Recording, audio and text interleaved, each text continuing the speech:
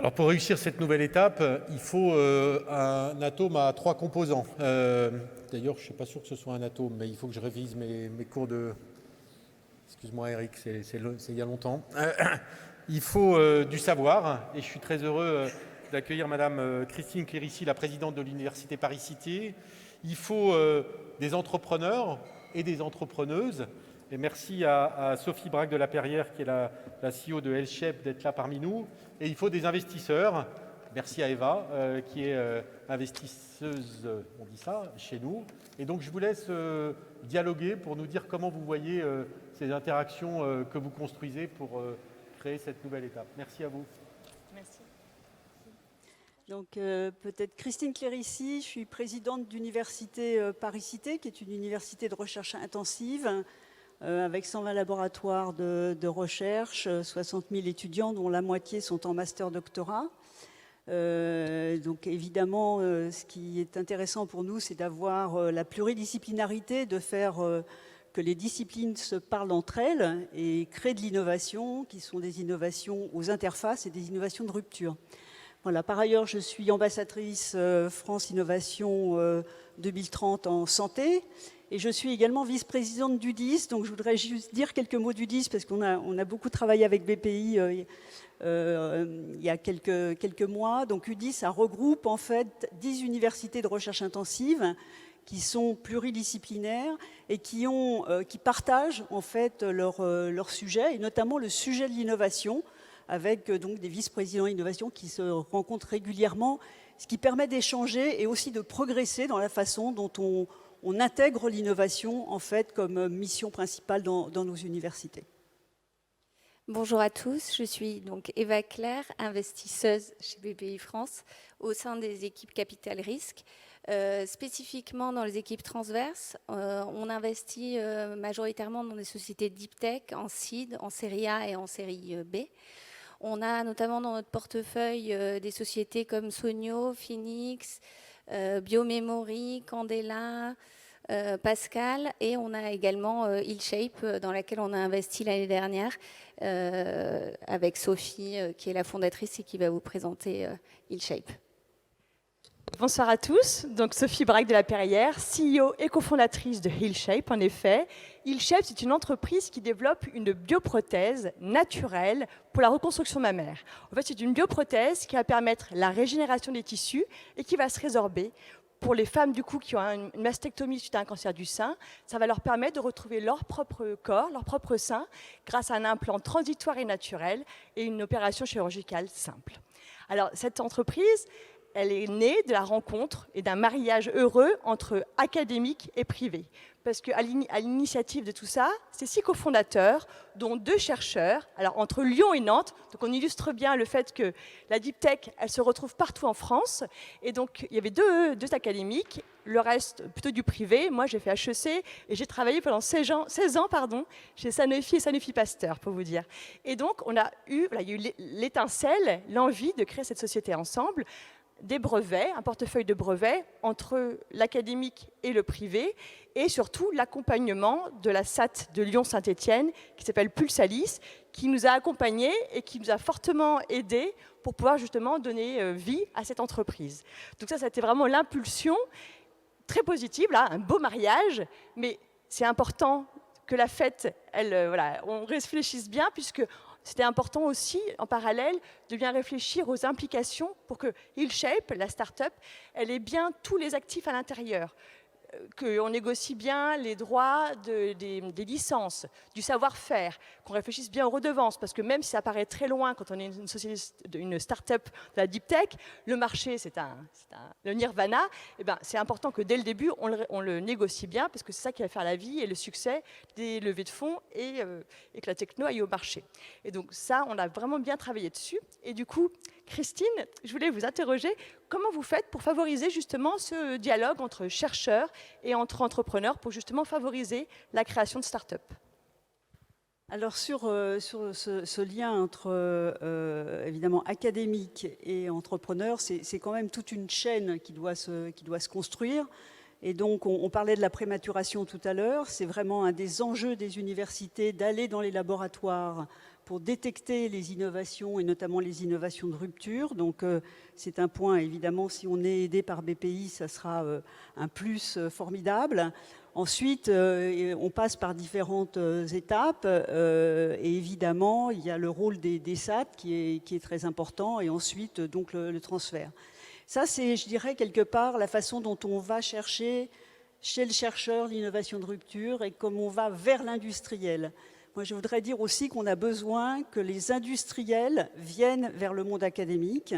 C'est un point extrêmement important. On a quand même l'impression que sur les innovations de rupture, les industriels sont plutôt méfiants, en fait, et investissent, en fait, assez peu. Et finalement, c'est parfois un petit peu difficile de trouver ce lien entre les industriels et les académiques. Donc, il faut vraiment travailler cela. Je redirai quelques mots peut-être tout à l'heure du pôle universitaire d'innovation, mais c'est aussi un des moyens.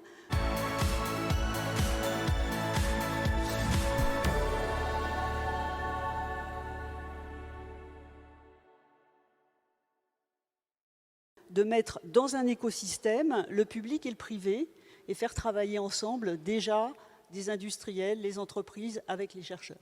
Oui. Pour donner justement l'impulsion, c'est très important.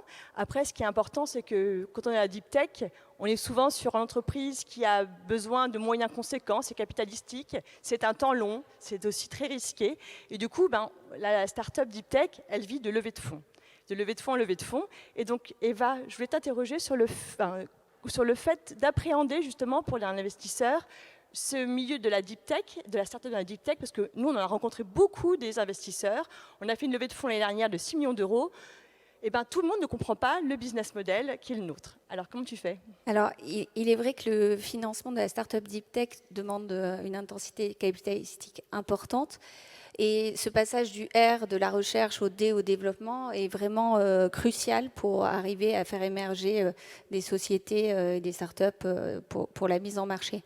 Il faut que les investisseurs soient davantage présents dans le milieu académique et il faut que ça soit plus perméable. Il y a des initiatives qui ont été engagées. Les investisseurs sont déjà proches de l'écosystème académique. Je pense notamment au fonds qui avait été levé entre PSL et Laia de 80 millions d'euros qui a investi dans un peu plus d'une vingtaine de sociétés a porté ses fruits. Il y a des sociétés comme Alice et Bob, Akemia, Mablin qui sont arrivées à maturité avec des séries A et des séries B. Donc l'investisseur est déjà, et nous notamment aussi avec le fonds French Tech Seed, on est proche des SAT pour voir vraiment comment avancent ces startups et être là pour les accompagner dans le financement. D'ailleurs, c'est comme ça qu'on avait repéré Hillshape. Et d'ailleurs, les points qui nous ont beaucoup plu dans Hillshape, c'était que il y avait une équipe vraiment complémentaire et technique et public et privé. Un marché malheureusement croissant, mondial. Et c'est émouvant le thème. Mais donc du coup, avec vraiment beaucoup d'émotions, on a investi dans cette société porteuse d'espoir pour des milliers de patientes. Et du coup, c'était un gros coup de pouce. Et je peux vous dire que depuis le démarrage de Hillshape, donc nous on a créé l'entreprise en janvier 2020, donc juste après le lancement du plan Deep Tech, on a rapidement répondu aux différents critères qui ont fait qu'on a été labellisé Deep Tech. Et Deep Tech, c'est en effet une boîte à outils incroyable. On a pu bénéficier d'un nombre d'outils qui vont des subventions, la bourse French Tech Émergence, on a été lauréat iLab, on a eu des prêts, on a eu les dossiers convertibles French Tech Seed, jusqu'à la levée de fonds l'année dernière, où le BPI est intervenu. Et donc Eva et le représentant BPI, on a même fait de la DD Deep Tech. Donc vous voyez tous les outils qu'on a pu mettre en œuvre pour nous donner les moyens de notre ambition. Donc ça, c'est vraiment une vraie chance. Et du coup, Eva, est-ce que tu vois, toi, depuis le lancement du plan Deep Tech, une évolution dans le deal flow? Alors effectivement, depuis le lancement du plan Deep Tech, on a beaucoup d'outils et de ressources qui ont été mis à la disposition de ces startups pour de la création à leur développement, notamment la plateforme lesdeeptech.fr, ou sinon on a également le livre qui a été lancé aujourd'hui qui permet vraiment d'accompagner les startups dans leur investissement en early stage. Avec un peu plus d'une année de travail entre OTT et VC pour vraiment donner les clés à ces startups deep tech pour bien comprendre en fait les différentes parties prenantes, les clés pour répondre au mieux à ces problématiques pour qu'elles prennent les meilleures décisions. Je vous conseille, il y en a pas mal qui sont posées sur les tables là-bas. Et ensuite, je redirai pas les chiffres, mais en termes de chiffres, on est vraiment en termes de volume, de nombre de levées de fonds, dans un écosystème qui croît et qui arrive à maturité pour certaines boîtes, et on est dans le bon chemin. Bon, très positif. Et du coup, j'ai envie d'interroger Christine, est-ce que c'est la même chose par rapport à l'académique? Est-ce qu'il y a de plus en plus de chercheurs qui sont attirés vers l'entrepreneuriat, vers la création de start-up? Alors dans les universités que je connais bien, hein, je connais un peu moins le monde des écoles, mais en tout cas dans les universités, il y a une vraie volonté en fait déjà de former à la fois les étudiants qui peuvent être des étudiants dans les premières années, hein, c'est-à-dire les licences où on a des formations à l'entrepreneuriat, où ils montent des projets. Globalement, actuellement, on arrive à former 200 étudiants sur l'entrepreneuriat par an, ce qui est pas mal, même si on a 60 000 étudiants, mais en tout cas, c'est déjà une très belle réussite. Et puis ensuite, on souhaite monter des cursus, évidemment, qui ne sont pas simplement de la sensibilisation, mais de la façon dont on peut devenir en fait entrepreneur, c'est-à-dire à la fois les compétences et la façon dont on peut le réaliser. Ça me paraît très important. C'est vrai que lorsqu'on regarde les doctorants, je dirais il y a à peu près la moitié des doctorants qui ont envie de monter des startups, donc il y a une vraie appétence finalement à aller vers l'innovation. Et puis ensuite, il y a les chercheurs, hein, c'est-à-dire les chercheurs, pendant très très longtemps, les anciens chercheurs et les chercheurs, une culture qui était une culture de recherche très fondamentale. La recherche appliquée était quelque chose déjà de moins couru dans le monde académique, alors le transfert et l'innovation était quelque chose qui était totalement inconnu. Je crois qu'il y a eu un virage il y a une dizaine d'années, et ce virage se fait ressentir maintenant. C'est-à-dire quand on voit sortir les startups, elles sortent parce que ça fait 10 ans que les universités travaillent à intégrer en fait l'innovation comme une mission principale. Alors en effet, hein, moi je peux témoigner que voilà, c'est l'académie qui a fait l'étincelle qui a donné lieu, nous, à Hillshape, à notre entreprise. Donc voilà, plein d'autres, je le vois bien. Et donc, il y a un vrai mariage bénéfique, je trouve, dans justement cette innovation qui voit le jour et qui devient papillon dans une start-up. Mais la question, c'est que très rapidement, en fait, la start-up, elle a besoin d'aller de moins en moins dans le R, hein, qui est vraiment le milieu académique, de plus en plus vers le D, le développement, pour aller jusqu'au marché. Et en fait, elle est prise en étau entre justement ce R et ce D, donc ce R&D, pour vraiment jouer ce rôle de trait d'union. Parce que plus ça va, donc oui, au démarrage, nous, ça nous a beaucoup aidé, on a pu répondre à des appels à projets, faire beaucoup de choses. Plus ça va quand même, on a des objectifs de temps et des objectifs de moyens versus ce résultat qui ne sont pas forcément toujours identiques. Il y a des questions de propriété intellectuelle aussi qui sont importantes. Donc je vois bien qu'il y a un moment où il y a un vrai dialogue qui doit s'instaurer pour pouvoir justement trouver comment le modèle vertueux il peut perdurer dans le temps, continuer. Et donc par rapport à ça, par rapport à ces questions de comment on peut continuer dans la vie d'entreprise à s'appuyer sur toute la valeur ajoutée de l'académique par rapport à la start-up, tout en ayant bien en tête les attentes des investisseurs. Christine, comment vous verriez par exemple le fait que des chercheurs puissent parler avec des investisseurs avant même la création de la start-up pour bien comprendre justement les attentes des uns des autres? Je crois que c'est ce que je disais tout à l'heure sur les pôles universitaires d'innovation. Je pense que c'est vraiment le lieu où l'écosystème d'innovation est réuni, où finalement les investisseurs peuvent également venir. On voit ce qu'aux États-Unis, hein, les investisseurs, ils vont regarder dans les laboratoires ce qui se passe pour détecter eux-mêmes en fait, ce qui pourrait être intéressant pour la suite. Donc je pense que c'est vraiment là où il faut aller, c'est-à-dire dans ce lien extrêmement fort entre la recherche, les startups et les investisseurs qui viennent voir ce qui peut commencer à devenir des startups. Donc ça c'est ce lien extrêmement fort. Après, sur la propriété intellectuelle, c'est vrai que dans la recherche académique, il y a souvent des tutelles multiples dans les laboratoires, mais la simplification est en cours, donc on peut espérer que ça sera un point majeur.